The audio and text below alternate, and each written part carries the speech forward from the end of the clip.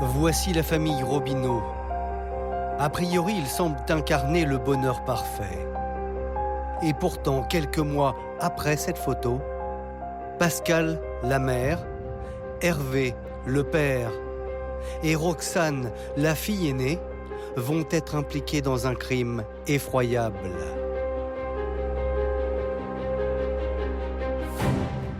Elle va s'apercevoir que son mari envoie des photos de lui dans la salle de bain, nu. N'importe quelle femme au monde trompée, à un moment ou à un autre, dit « j'aimerais bien qu'elle meure, c'est humain ». Cette femme était quasiment décapitée. Je jamais demandé, jamais. Même si j'ai fait mal, la trahison fait mal, jamais. Enfin, s'il fallait tuer toutes les maîtresses de tous les hommes qui trompent leurs femmes, il n'y aura plus beaucoup de monde sur la planète. Tout commence à Paris le 28 juillet 2014. Il est 18h lorsque le téléphone de Janine sonne. Un appel que cette femme de 70 ans n'aurait jamais voulu recevoir. C'est mon frère qui me téléphone en me disant « Je t'annonce une mauvaise nouvelle, Bernadette est décédée ». Je réalise même pas. C'est quand je raccroche, je dis à mon mari « Bernadette est décédée ». Bernadette, la voici, c'est la petite sœur de Janine. L'annonce brutale de sa mort est un choc. Mais le pire reste à venir. Alors après, avec les gendarmes, moi j'ai demandé à voir le corps de ma sœur. Alors ils m'ont dit non, on ne peut pas vous le montrer, on ne peut pas la voir, c'est pas possible. J'ai dit mais pourquoi?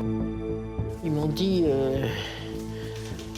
c'est passé, on ne peut pas, vous ne pouvez pas voir, c'est trop pénible.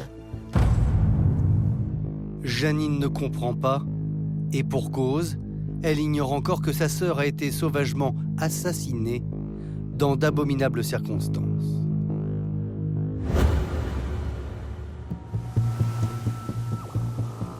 Les Issambres, à plus de 800 km de la capitale, dans le département du Var. C'est ici que le crime a été commis. Dans cette ville-là, où Bernadette Benaïm vit avec Maria, l'une de ses meilleures amies.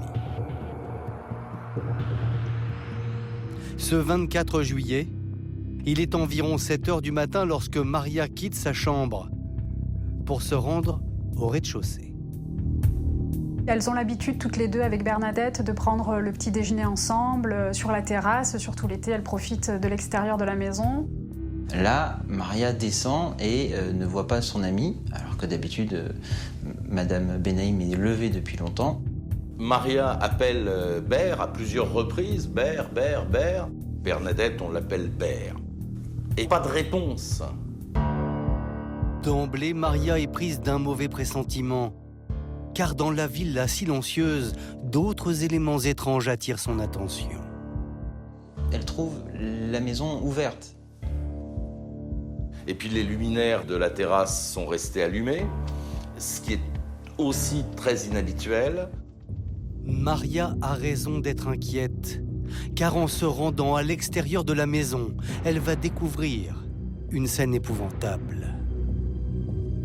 Bernadette, elle est étendue au sol et il y a du sang autour d'elle. Elle est simplement vêtue d'un peignoir qui lui-même est imbibé de sang. Et elle porte une très large plaie au niveau du cou. C'est une vision qui est extrêmement choquante. À l'arrivée des secours, les conclusions du médecin légiste sont glaçantes. Bernadette a été littéralement exécutée. Elle a reçu 3 coups de couteau, 2 coups de couteau à la gorge, 1 coup de couteau au niveau des côtes. Il constate 2 énormes plaies d'égorgement au niveau du cou, un petit peu comme si quelqu'un était arrivé par derrière et avait tranché la gorge dans un sens, puis dans l'autre. Ces plaies sont tellement importante que la tête ne tient plus que grâce au cervical. Elle est quasiment décapitée. C'est vraiment une scène très violente. Il y a une véritable volonté de donner la mort.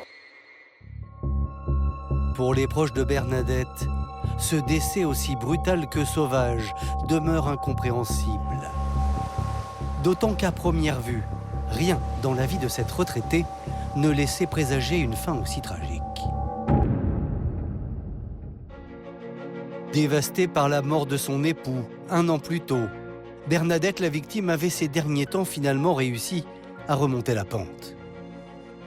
Son mari était très très malade, il fumait énormément. Et bon, il est allé à l'hôpital et puis il est décédé très rapidement.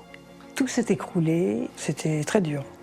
Elle s'était installée en colocation avec Maria pour combler un peu sa solitude. Et donc elle a déménagé dans cette maison. Et il y avait une piscine, il y avait un jardin. Ça lui plaisait beaucoup. On est allé là-bas, on avait pris une petite coupe de champagne. Non, elle était très contente d'être là-bas. Grâce à la fortune héritée de son mari, Bernadette pouvait désormais profiter pleinement de sa retraite. C'est sûr qu'elle a de l'argent. Elle avait de quoi vivre largement. Parce qu'elle nous avait dit, si un jour je suis seule, peut-être aussi que j'irai à l'hôtel, vivre à l'hôtel. Elle avait des idées comme ça. À 67 ans, Bernadette croquait donc la vie à pleines dents. Et elle aimait bien vivre et tout, sortir. Elle adorait faire jouer au golf. Il y en a, vous savez, qui font des compétitions et qui sont accrochés au score et tout. Elle, c'était un peu décontractée. Elle ratait un coup, ce n'était pas grave. C'était un bout en train, elle était drôle. Elle aimait danser, elle aimait chanter. Elle était gourmande. Elle aimait les bonnes choses de la vie. Oui, c'était un plaisir d'être avec elle. Il y a un décalage entre cette personne qui a l'air assez solaire, en bonne vivante, souriante, et la façon dont elle est tuée. On ne comprend pas pourquoi on l'a assassinée sauvagement, surtout Bernadette, quoi. Ma sœur, je la vois pas avec des ennemis, non. Aux Issambres, les hommes de la section de recherche de Fréjus vont passer la maison de la victime au peigne fin.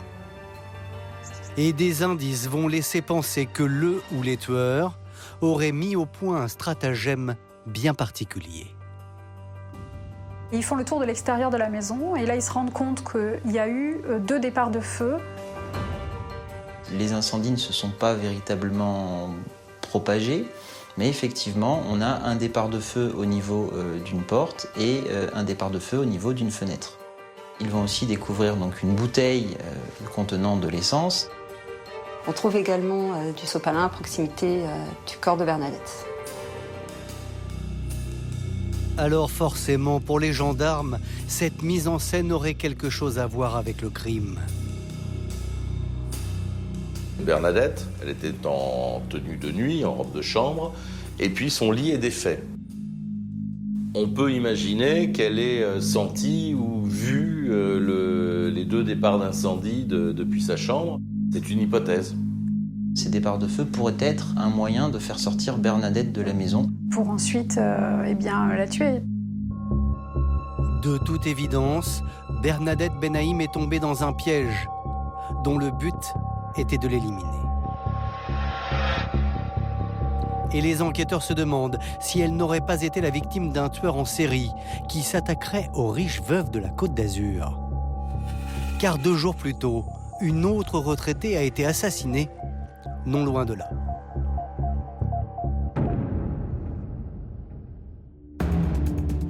Saint-Raphaël, à seulement 15 km des Issambres.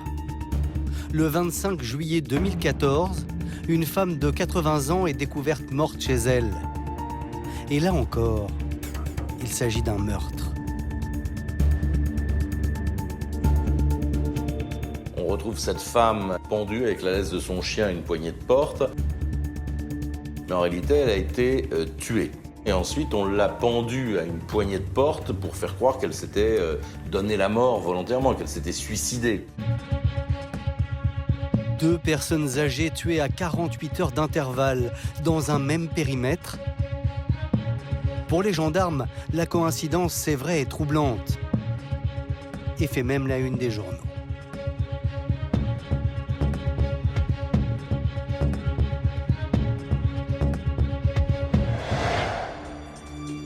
Mais à y regarder de plus près, les 2 affaires n'auraient en fait rien à voir l'une avec l'autre. Bernadette, on lui aurait tendu un piège pour qu'elle sorte et elle a été tuée avec une arme blanche. Et cette autre victime avait, elle, de son côté, été étranglée et son crime avait été maquillé en suicide. Donc c'était effectivement 2 modes opératoires qui étaient assez différents. La piste du serial killer s'effondre parce que généralement, les tueurs en série utilisent presque toujours le même mode opératoire. La piste est finalement abandonnée. D'autant qu'en se plongeant dans la vie privée de Bernadette Benaïm, les enquêteurs vont découvrir que la retraitée avait des petits secrets.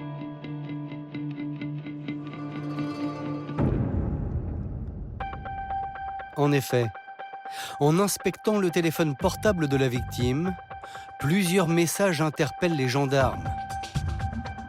Des conversations SMS pour le moins osées entre la veuve et plusieurs hommes.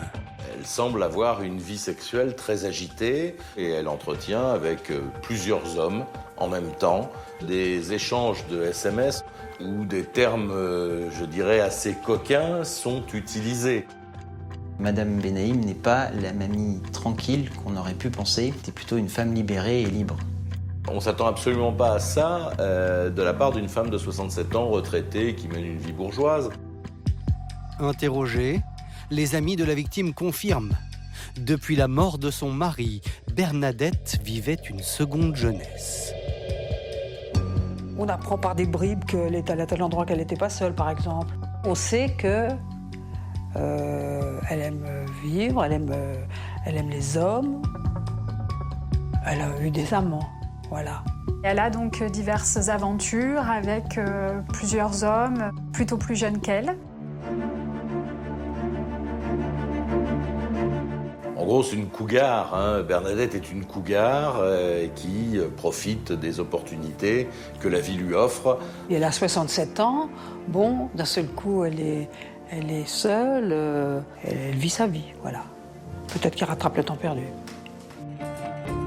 Aussi coquette que coquine, selon ses amis, Bernadette avait tous les atouts pour assouvir ses désirs.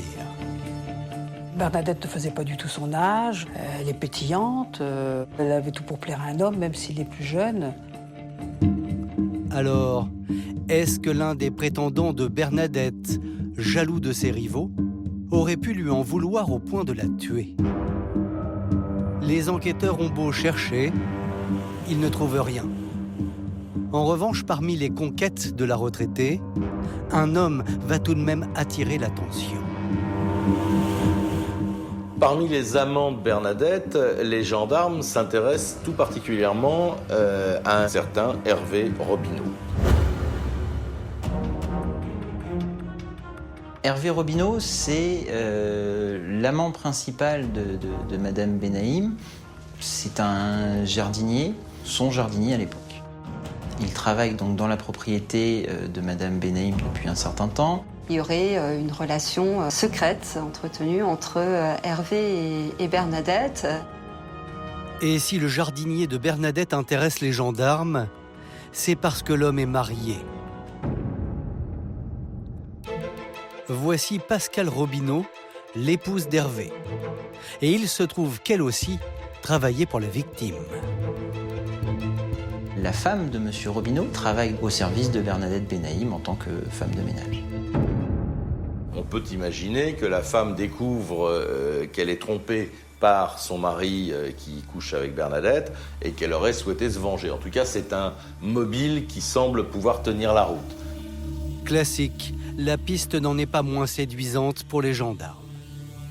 Ils vont convoquer immédiatement la femme du jardinier. À la gendarmerie de Sainte-Maxime, Pascale Robineau se présente aux enquêteurs. Et d'emblée, la mère de famille nie toute implication. Les gendarmes doivent bien l'admettre. Elle a tout, sauf le profil d'une meurtrière. C'est une mère de 4 filles, la plus jeune qui a alors 7 ans. Pascale Robineau, on ne peut pas l'imaginer commettre un crime sauvage. Elle n'a pas du tout le profil d'un assassin. Mais alors pas du tout. D'autant que la femme du jardinier le concède aux enquêteurs. 1 mois avant la mort de Bernadette, son mari lui avait avoué son adultère. Hervé Robineau, il va la rassurer et va lui dire qu'effectivement, à compter de ce jour, il n'y aura plus de relation avec Bernadette. Elle avait pardonné à son mari. Elle veut vraiment que leur mariage, qui durait déjà depuis 23 ans, continue. Pourquoi elle aurait décidé d'en arriver à une telle extrémité alors que sa priorité, c'était de pouvoir reconstruire sa relation de couple avec Hervé pour continuer à assurer l'équilibre de la famille. Preuve qu'elle avait pardonné à son mari son incartade avec Bernadette. Pascale Robineau venait de renouveler ses vœux de mariage avec Hervé, en grande pompe et en compagnie de leurs 4 filles. Et puis, la nuit des faits, la mère de famille dispose d'un alibi solide. Pascale va indiquer que le soir du crime, elle était chez elle, avec l'ensemble de la famille d'ailleurs, et qu'ils ont passé une soirée tout à fait normale, manger ensemble, regarder un peu la télé, et puis qu'ils sont allés se coucher. Donc, en gros, elle n'a pas de mobile, puisqu'elle dit que la tromperie est réglée. Et puis, pour son emploi du temps, eh bien, elle affirme qu'elle n'a pas bougé de chez elle. Les enquêteurs vont regarder la téléphonie. Effectivement, le téléphone de Pascale borne donc à son domicile. Pour les enquêteurs, les explications de Pascale Robineau sont donc crédibles.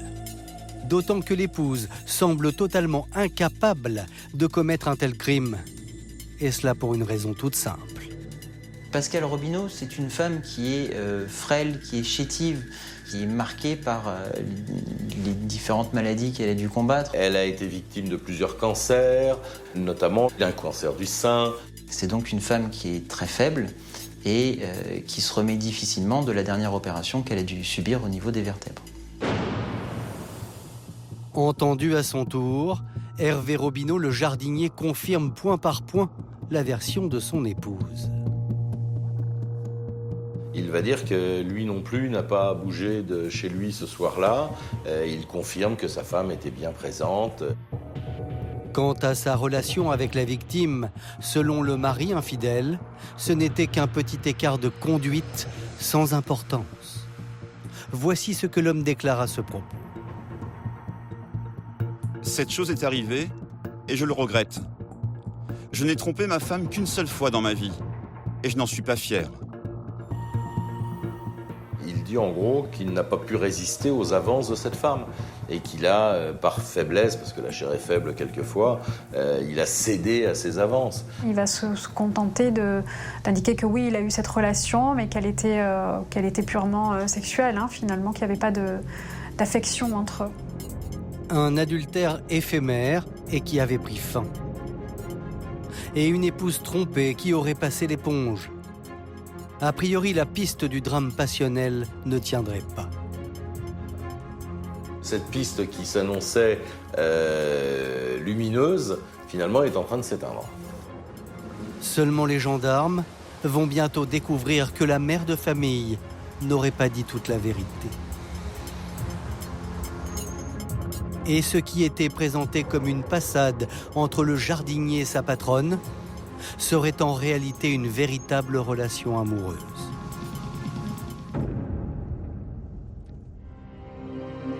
Voici Véronique, c'est la meilleure amie et confidente de Pascale Robineau, et elle va raconter une toute autre histoire aux gendarmes, celle d'une terrible trahison.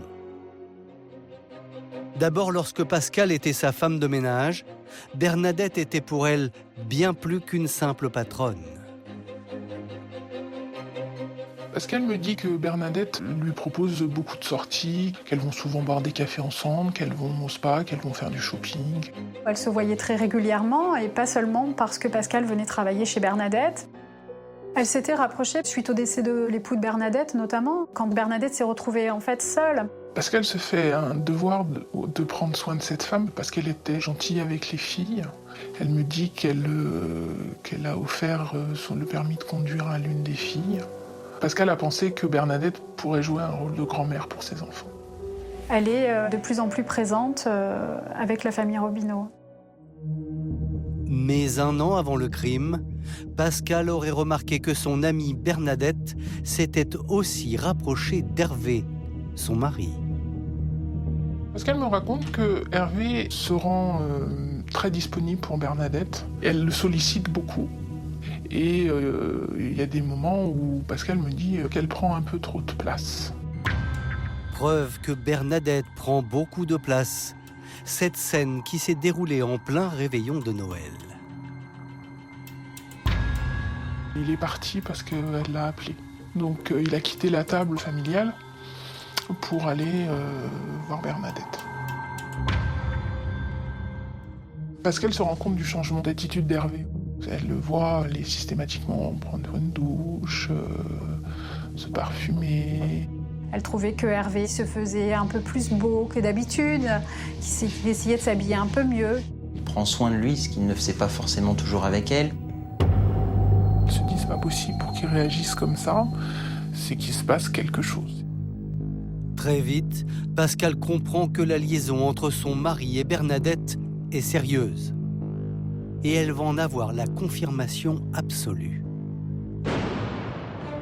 Pascal va farfouiller dans le téléphone de son mari. Elle va s'apercevoir qu'il envoie énormément de textos à Bernadette et qu'il envoie des photos de lui dans la salle de bain, nu. Son propre mari envoyait des photos de son sexe à sa patronne. Alors forcément, pour Pascal Robineau, c'en est trop. Et selon Véronique, son amie, elle n'aurait pas du tout encaissé le coup. Bien au contraire. Elle est choquée, elle est dégoûtée. Et ce d'autant qu'à l'époque, Pascal Robineau était très malade. C'est-à-dire qu'au moment où Hervé entretient cette relation avec Bernadette, Pascal, de son côté, lutte contre un cancer. Madame Robineau considère énormément Madame Benaïm, un peu comme une mère, un peu comme une amie. La trahison qu'elle ressent est profonde. Pascal me dit qu'elle ne veut plus la voir, elle ne veut plus en entendre parler. Le ressentiment de l'épouse trompée à l'égard de sa rivale est tel qu'il aurait même viré à l'obsession. Je vois quand je discute avec elle, elle est en boucle avec cette histoire d'adultère. Vraiment, en boucle. J'arrive pas à lui faire, à discuter d'autre chose avec elle quand on se parle. Rien à faire. Il n'y a que ça. Parce qu'elle nourrit une très grande colère envers Bernadette, c'est sûr. De toute évidence, Pascal Robineau a toutes les raisons d'en vouloir à Bernadette. Seulement si elle a un sérieux mobile, la mère de famille a aussi un solide alibi. Alors les gendarmes s'interrogent. La femme trompée aurait-elle pu avoir un bras armé? Et si oui, qui?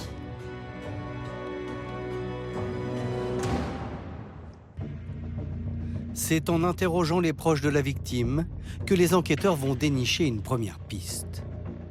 En effet, 2 semaines avant l'horrible crime, Bernadette avait reçu des menaces de mort.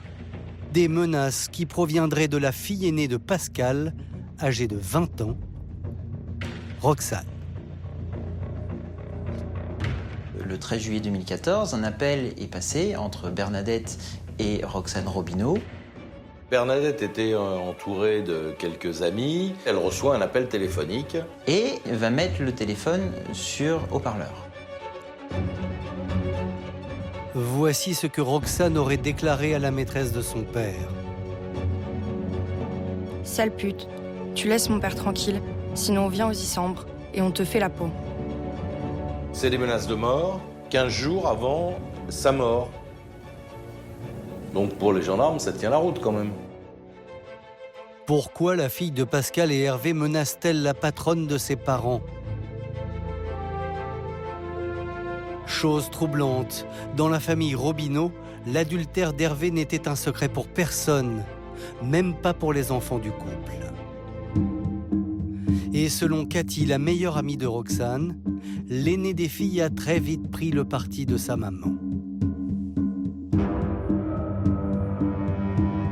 Oui, elle est bouleversée, elle comprend pas, c'est pas normal. Elle est très énervée aussi. Roxane est très fusionnelle avec sa mère et donc de la voir si malheureuse, ça la touche beaucoup. C'est une trahison pour elle, quoi. C'est son adultère quasiment. C'est comme si elle avait un copain et qui l'avait trompée, c'est pareil. À un moment donné, Roxane a été plus blessée que Pascal sur ce qui s'est passé. En plus, elle connaît bien Bernadette, elle la connaît depuis 10 ans, elle a bercé en fait son adolescence. Elle aimait Bernadette jusqu'à ce qu'elle découvre que c'est la maîtresse de son père. Donc elle la hait. Elle m'a dit, il faut que je fasse quelque chose, que je pourrisse la vie de cette dame, parce qu'elle m'a pourri la vie. Alors, depuis qu'elle a appris l'assassinat de Bernadette, la meilleure amie de Roxane se pose de sérieuses questions.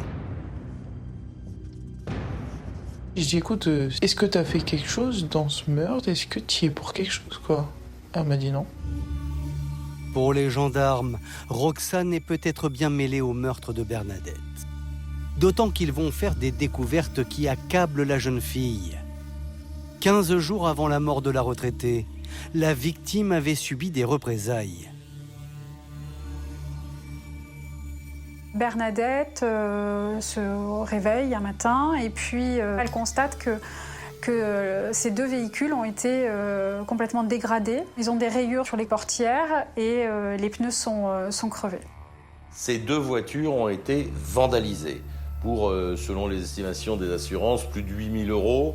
Et ça ressemble étrangement à une vengeance. Les gendarmes ne vont pas tarder à mettre un nom sur l'auteur de ce sabotage. Les enquêteurs vont se rendre compte que la nuit où les dégradations ont été commises sur les véhicules de Bernadette, eh bien, le téléphone de Roxane va borner à proximité de son domicile. Le téléphone de Roxane Robineau borne aux Issambres, chez Bernadette Benaïm. Donc, il est fort possible que ce soit Roxane Robineau qui ait commis ces dégradations. Après s'être attaquée à ses voitures, Roxane Robineau aurait-elle tué Bernadette? On vient aux Issambres et on te fait la peau. On vient aux Issambres et on te fait la peau. La jeune fille aurait-elle voulu venger sa mère? Pour en avoir le cœur net, les gendarmes décident de la placer en garde à vue.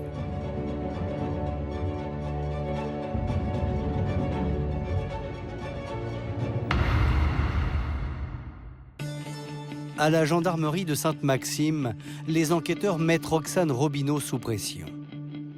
Et spontanément, la jeune fille reconnaît qu'elle ne portait pas du tout Bernadette dans son cœur.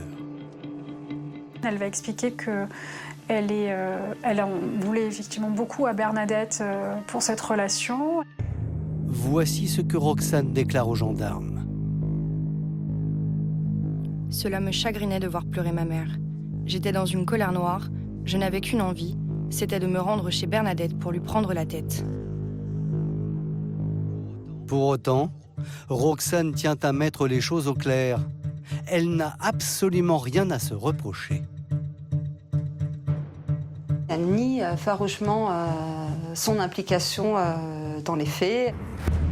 Mais confrontée aux éléments recueillis par les enquêteurs, la jeune femme va perdre de sa superbe et livrer une version hallucinante. Elle nie le coup de téléphone et les menaces de mort. En disant, écoutez, je sais pas, c'est peut-être mon téléphone, mais en tout cas, c'est pas moi qui parlais. Et si Bernadette a reconnu ma voix, elle a dû avoir des hallucinations, mais en tout cas, c'est pas moi. Son téléphone ayant borné au mois de juin 2014 lors de la dégradation des véhicules, elle va admettre avoir été là-bas. Mais elle dira que quelqu'un d'autre était passé avant elle pour dégrader les véhicules. Oui, effectivement, je suis allé aux Issambres cette nuit dans le but de vandaliser ces voitures, mais lorsque je suis arrivé, c'était déjà fait. Évidemment, pour les enquêteurs, les arguments de Roxane ne sont pas crédibles. Il gendarmes, effectivement, ils se disent que la version de Roxane, c'est vraiment n'importe quoi. Roxane se fout de la gueule du monde, sauf que ça n'en fait pas pour autant la meurtrière. Pour le moment, rien ne permet de relier Roxane au crime de Bernadette. Mais la jeune fille va se trahir sur un point. Alors que son audition est terminée, l'aîné des Robineau va tenir des propos pour le moins troublants aux enquêteurs. Avant de partir, elle va discuter avec un gendarme. Le gendarme qui est en face d'elle évoque la mort de Bernadette. Et là, elle va dire que c'est horrible, d'autant plus que Bernadette a été décapitée. Pour les enquêteurs, c'est un coup de tonnerre. Car hormis eux, personne n'est censé connaître ce détail macabre. Rien n'a été dit dans la presse sur la façon dont Bernadette a été tuée. Pourquoi elle le sait, puisqu'on n'en a pas fait part dans les médias? Ça laisse penser qu'elle est peut-être au courant de quelque chose. Le gendarme se dit, attendez, si elle sait que Madame Benaïm a été décapitée, c'est qu'elle y était. Ou alors qu'on lui a raconté, mais en tout cas, il va falloir qu'elle explique. La jeune femme pourrait donc être impliquée dans la mort de Bernadette Benaïm, et les gendarmes ne vont pas tarder à en avoir la preuve. Souvenez-vous, les enquêteurs ont retrouvé une bouteille d'essence et un rouleau d'essuie-tout sur la scène de crime. Or, l'analyse de ces deux éléments va se révéler capitale pour la suite de l'enquête. Il y a des empreintes digitales sur la bouteille d'essence. Les empreintes digitales, elles appartiennent à Roxane Robineau. Roxane était bien présente sur les lieux du crime. Et ce n'est pas la seule découverte des enquêteurs. Car Roxane n'aurait pas été seule sur la scène de crime. Sur un des morceaux de sopalin, on va retrouver de l'ADN. On retrouve l'ADN d'Hervé Robineau. Incroyable. Une mère qui a menti à propos de l'adultère. Et maintenant le père et la fille repérés sur la scène de crime grâce à leur ADN. Décidément, derrière ce ménage en apparence idéal, se cache une drôle de famille. Les gendarmes s'étaient focalisés sur la piste de Roxane Robineau, mais n'avaient pas forcément envisagé le père. Or là, ça établit la quasi-certitude que le père et la fille étaient présents cette nuit-là sur la scène de crime. C'est très rare d'avoir un duo père-fille pour commettre un crime. Alors, l'un des deux aurait-il tué Bernadette Benaïm par cette sombre nuit d'été? Hervé, le père infidèle? Ou Roxane, sa fille, pour venger sa mère bafouée? C'est désormais en garde à vue que le jardinier va devoir s'expliquer.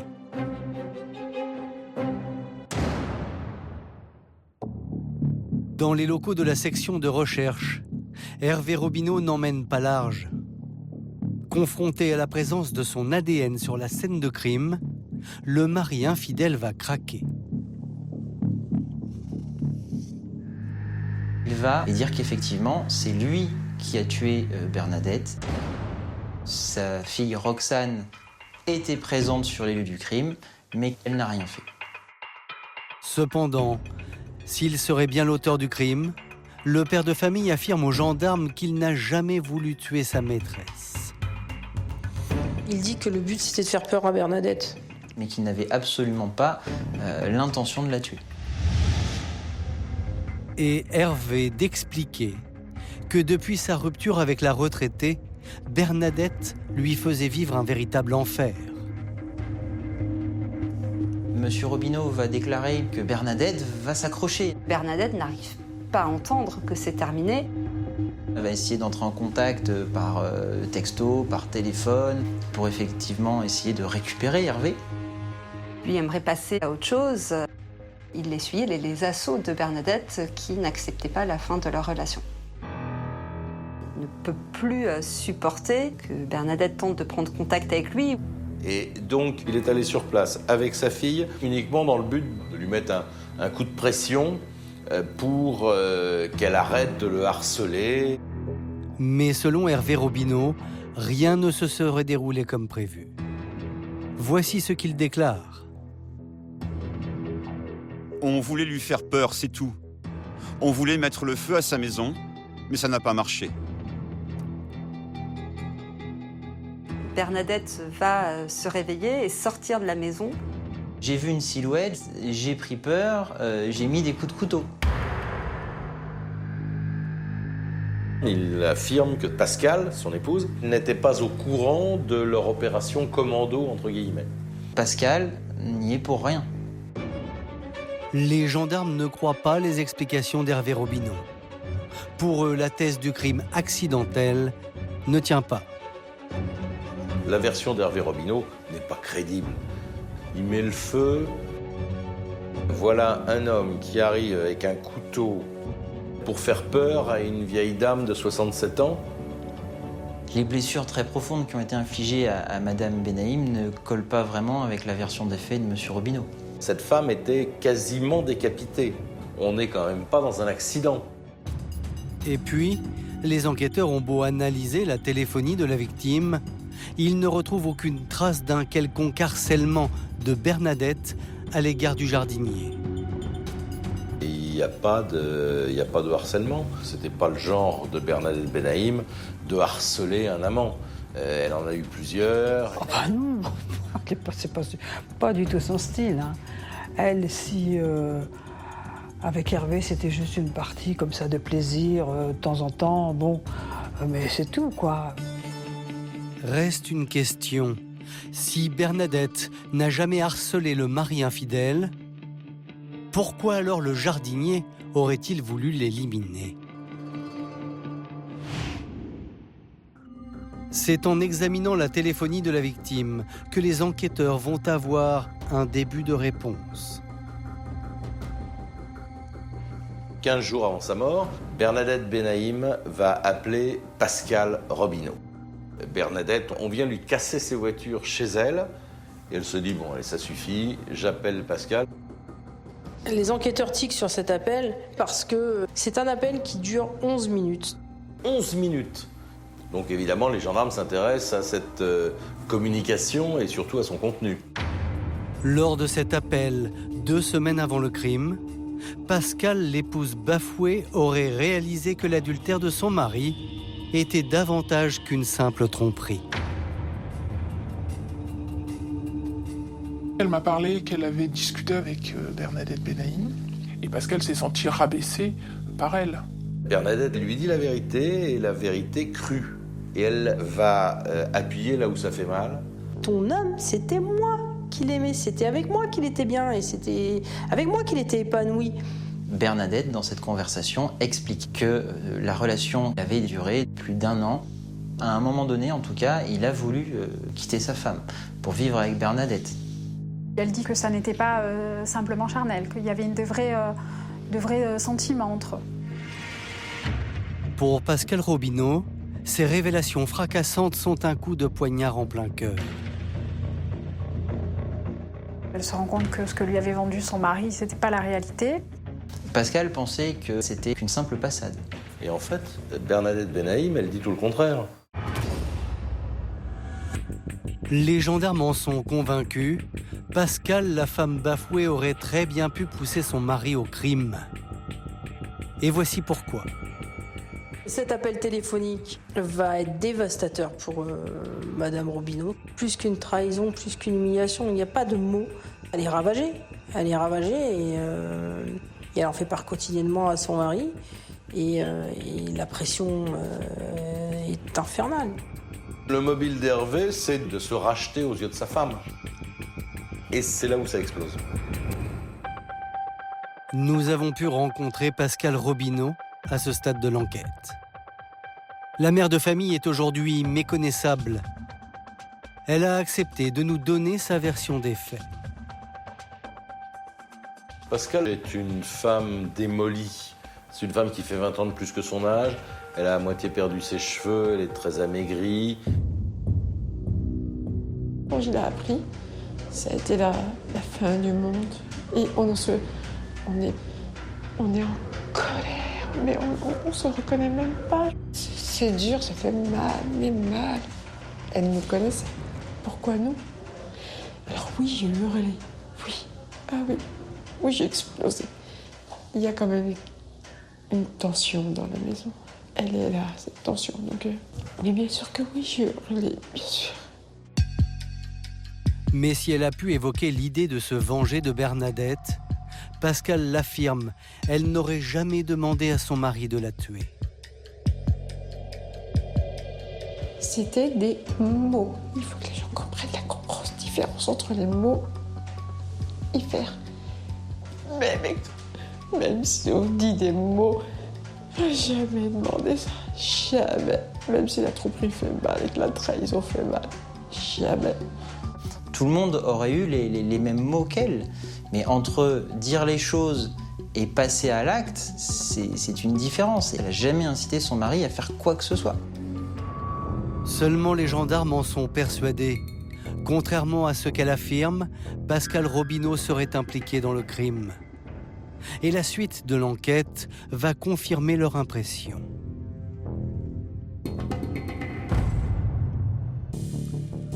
En analysant les SMS envoyés par Pascal à son époux, peu avant le crime, les gendarmes vont faire une découverte confondante.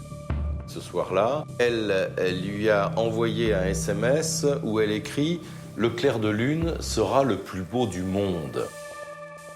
Nous sommes quelques heures avant la mort de Bernadette Benaïm. Cet échange à mi-mot est très clair en réalité. Elle est en train de se réjouir à l'avance de la mort de la rivale. C'était un code pour dire que ce soir-là, Bernadette perdra la vie, quoi. Et ce n'est pas tout. À en croire son agenda, Pascal Robineau aurait peut-être planifié la mort de sa rivale. Au jour de la mort de Bernadette Benaïm, les gendarmes découvrent une mention barbecue spécial fin. Quand on sait qu'ils ont mis le feu, spécial fin, elle est morte, ça me semble assez clair. Le 21 janvier 2015, 6 mois après le crime, Hervé Robineau et sa fille Roxane sont mis en examen pour assassinat et placés en détention provisoire. Pascal, l'épouse, quant à elle, est mise en examen pour complicité d'assassinat. Souffrante, la présumée instigatrice restera libre dans l'attente du procès. Et voici, selon les enquêteurs, comment le père, la mère et la fille Robineau auraient éliminé en famille la veuve de 67 ans.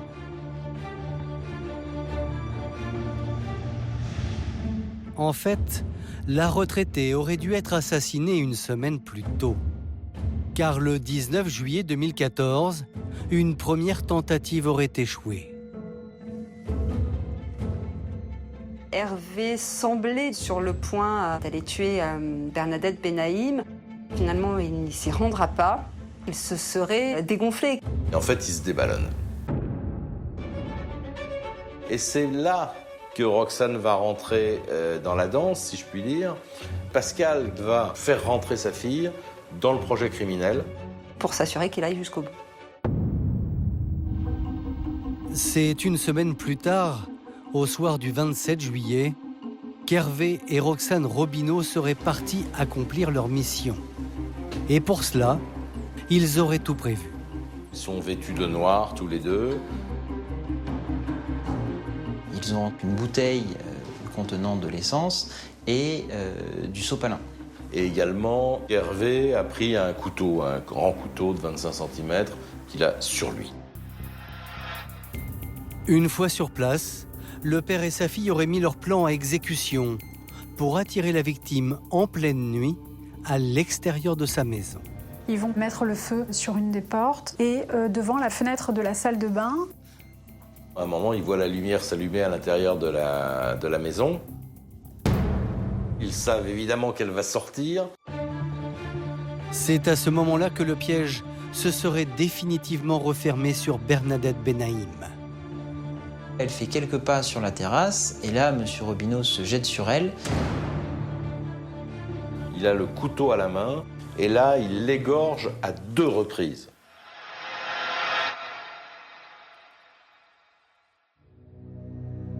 Aussitôt, le père et sa fille prennent la fuite.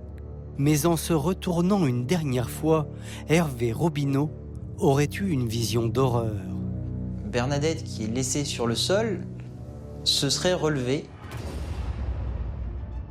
Alors qu'elle est quasiment décapitée, hein. Mais elle se tient la gorge dans un espèce de réflexe de survie, elle est comme ça. Et lui a ce réflexe complètement fou de faire demi-tour. Et là, M. Robineau aurait mis un coup de couteau mortel, cette fois-ci, au niveau des côtes. À leur retour, Hervé et Roxane auraient ensuite tout organisé avec l'épouse, dorénavant vengée, pour qu'on ne remonte jamais jusqu'à eux. Ils vont tenir, entre guillemets, un conseil de guerre. Et la consigne, évidemment, c'est de ne rien dire. Il y a un pacte de silence qui est imposé. Et ils vont se débarrasser des vêtements et de l'arme du crime qui sera jetée dans le fleuve l'Argence, à Roquebrune-sur-Argence. Mais les Robineau ont commis une erreur monumentale. Sans le savoir, ils ont laissé leur ADN chez la victime. Oublier la bouteille d'essence et le rouleau de sopalin sur la scène de crime, c'est quand même une sacrée bévue. C'est une opération, entre guillemets, de pied nickelé. 19 mars 2018, cour d'assises de Draguignan. Dans une salle d'audience pleine à craquer, s'ouvre le procès tant attendu des assassins présumés de Bernadette Benaïm. C'est un crime familial. Et c'est quand même très rare. La présence de la fille rajoute un peu de piment, si je puis dire, à la curiosité criminelle. Ils étaient là tous les 3. Mais on voulait savoir vraiment le détail, comment ça s'est passé, pour qui, pourquoi. Et les proches de Bernadette ne vont pas être déçus, car dès le premier jour du procès, c'est l'électrochoc.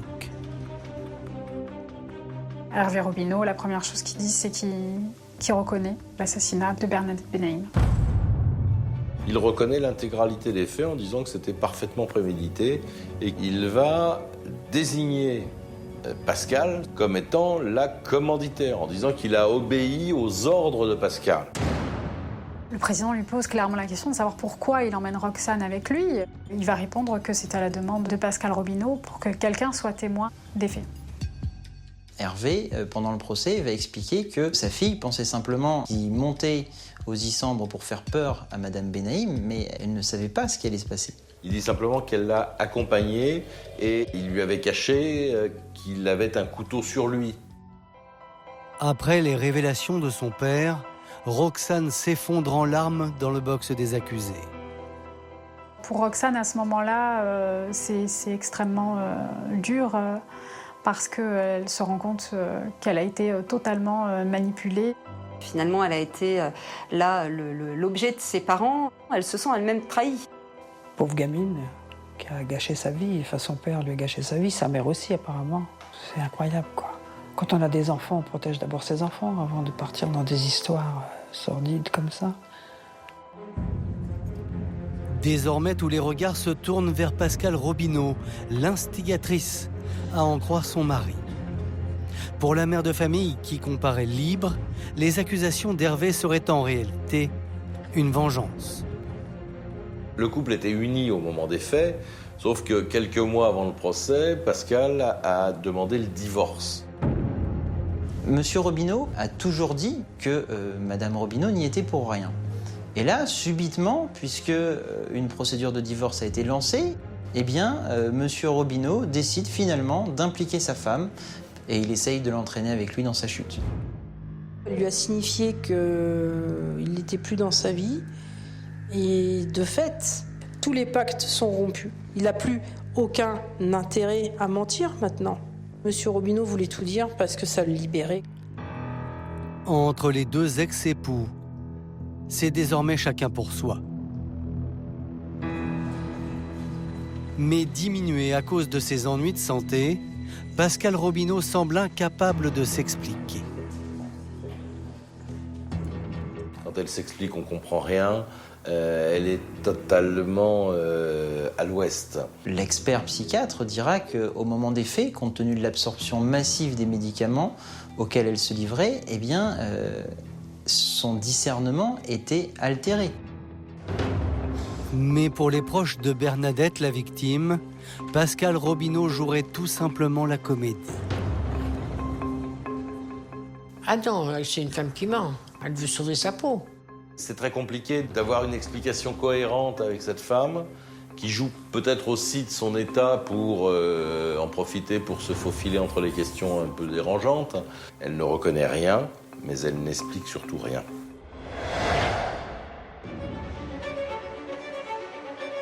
Le 23 mars 2018, au soir du 5e jour d'audience, la cour d'assises rend son verdict. Les jurés, après en avoir délibéré, ont condamné M. Robineau à 20 ans de réclusion criminelle pour assassinat. Pascale Robineau a été condamné à une peine de 10 ans de réclusion criminelle pour la complicité d'assassinat. Et Roxane Robineau a été condamnée à 7 ans d'emprisonnement pour complicité. Hervé Robineau, il a reconnu l'assassinat. Mais je pense que la cour d'assises a considéré aussi la responsabilité morale de Pascale. Les explications de Pascale n'ont convaincu personne. Pour Roxane, la cour l'a acquittée du chef d'assassinat, mais en revanche a estimé qu'elle était au courant de ce qui allait se produire ce soir-là. Pour les proches de Bernadette, l'issue du procès est une vraie déception. Pour le crime qui a été commis, trancher la gorge de quelqu'un, je trouve que c'est quand même pas, c'est vraiment pas assez. Et Bernadette n'est plus là. Rien à faire venir. Hein. C'est toujours triste et insupportable. Quant à Pascale Robineau, elle reçoit sa condamnation comme un véritable coup de massue. Ma cliente est stupéfaite par cette peine. Elle est lourde, 10 ans de réclusion criminelle, alors qu'elle n'a rien fait. Et c'est la raison pour laquelle elle a fait appel. Dans la foulée, le parquet général a décidé à son tour de faire appel pour tous les accusés. Hervé, Pascale et Roxane Robineau seront donc rejugés. Dans l'attente de leur second procès, ils sont présumés innocents.